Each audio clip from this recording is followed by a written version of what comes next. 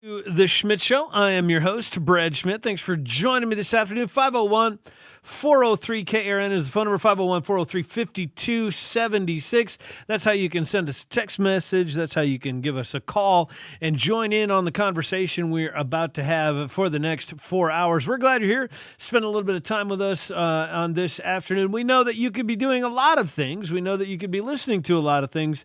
And so we genuinely appreciate the fact that you're listening to us and to me as we roll on through another Tuesday afternoon in the great state of Arkansas.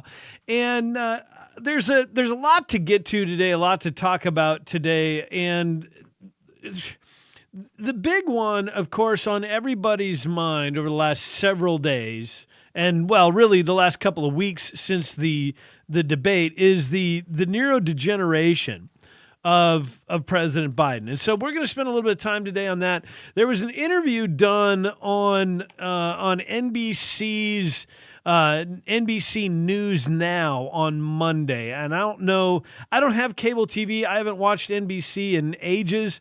I don't know much about who this guy that did the interview is. I don't know much about the individual that was being interviewed. He is, according to NBC, a Dr. Tom Pitts, who is a Parkinson's disease expert. And so we'll listen to the audio of that interview from him to get a little bit of a look at what he's saying about this and what this really means. The question, I guess, that comes up in my mind about this is, what do we do about this, right? What do we do about this situation? Because if we believe that Joe Biden is too incompetent to serve as the president in January, after being reelected in November, don't we kind of have to also admit that he is too incompetent to serve as president now, and he should be removed immediately from office? Because here's where that becomes a problem. And we'll get into this discussion today, and like I said, I'd like to hear your thoughts on it. We get into a question of, do we do the right thing regardless of how it affects us, simply because it's the right thing? Or do we wait? Do we turn a blind eye for a few more months? Because November's only 4 months away. I mean, you look at a calendar. We got August, September, October, and November. So those, technically we have July, August, September, and October, but you get the point. We have 4 months, about 120 days.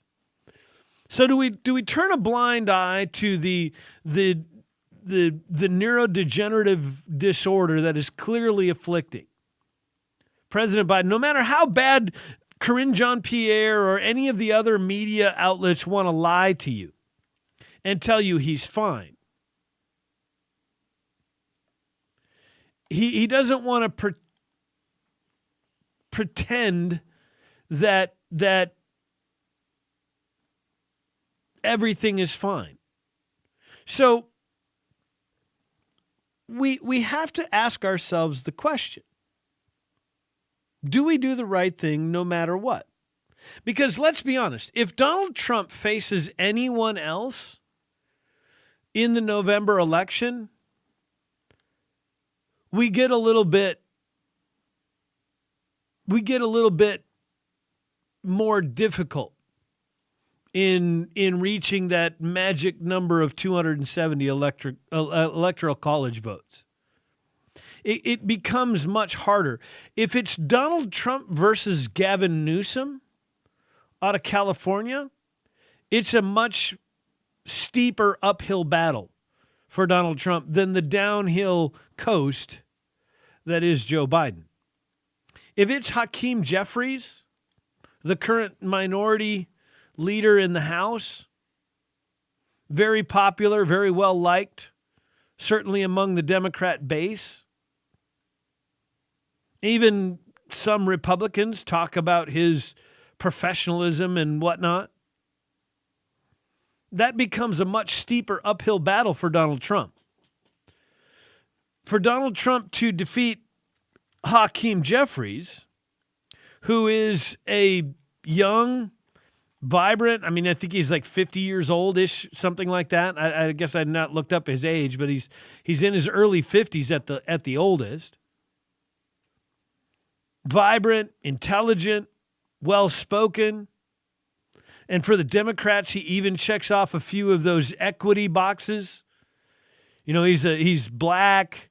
He's from a particular, neighborhood in the right part of New York or whatever it is. I think he was born, in Brooklyn. So he's the Brooklyn kid growing up on the tough streets of New York City and all of that. He's got a great story. Hakeem Jeffries is a serious problem for Donald Trump in an election year. Joe Biden is not. Joe Biden is not a threat to Donald Trump electorally. But somebody like Hakeem Jeffries, somebody like a Gavin Newsom, or even, a team or a paired up Hakeem Jeffries and Alexandria Ocasio-Cortez. And we can laugh and joke and tease and make fun of and mock Alexandria Ocasio-Cortez all we want. We can laugh about how stupid she is. We can laugh about the ridiculous questions she asks in committee meetings. And we can mock her for being an idiot and a bartender and a bimbo and all of those things. But in an election against a Donald Trump, rich white billionaire in his 70s, who picks Doug Burgum from North Dakota as his running mate, another rich white billionaire, Hakeem Jeffries and Alexandria Ocasio-Cortez look really, really good in the demographic identity politics that we find ourselves in these days. So we got to start asking ourselves the question, do we do the right thing and figure out a way to make a move to remove Joe Biden from office? Or do we hope he stays on until it's too late and potentially risk further degradation of the country just because we want to win? Right? I mean, it suddenly becomes a different question. And this is what I was railing about yesterday with the left.